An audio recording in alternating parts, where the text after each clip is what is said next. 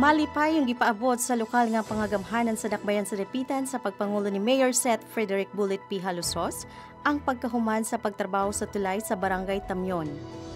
Ang pag-construct sa usa ka bag-ong tulay nga nagkantidad sa mokabat 5 milyones ka pesos nga adunay gitas-on nga 128 meters o gilapdon nga 2 meters gamit ang puthaw. Gipunduhan kini gikan sa 20% local government fund o gisugdan ni adtong Hunyo 27, 2024 og hingpit na kining natapos karon. Ang maong tulay, gipulihan ang karaang kahoy ug steel, naghatag kini sa mga residente og mas lig-on ug komportable nga agianan. Sa wala pa kini ma-reconstruct, kadaghanan kanila ang nakasinati og kabalaka og kapeligro tungod kay dipiktoso na ang karaang tulay. Kining among tulay sa una, kusog gyud kay mo labyog. Kay gumikan sa kagamay og lig-on og kining kahoy, siging kaguba.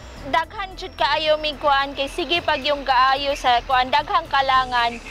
Sa panahon sa pagtrabaho ani, kami anhagid taon mi sa suba mangagi kanang among suba gagakit do na budget din tayo naagi nahulog diha sa tulay aw sa suba dayon karon nga dinhi sa among pag-agi karon og di ana yun ni karon nga nahimo na gyud siyang stel lig-on na gyud siya dili na gyud siya kaayo mo labyog. Daghang salamat Mayor Bullet Halusos. Si punong Barangay Helen Dagpin nagpaabot sa iyang kinasingkasing nga pasalamat ngadto kang Mayor Bullet Halusos ug sa mga opisyalis sa kagamahanang lokal sa hugtanong suporta ug paghatag ug pagtagad sa ilang barangay. Odi ay ang punong barangay sa Barangay Tamyon, Helen Ricamara Dagpin. Akong dakong pasalamat kang Mayor Seth Frederick Bullet Halusos sa iyang pagsanong sa among paghangyo nga iya kaming hatagan og kausaban sa among hanging bridge dinhi sa Barangay Tamyon.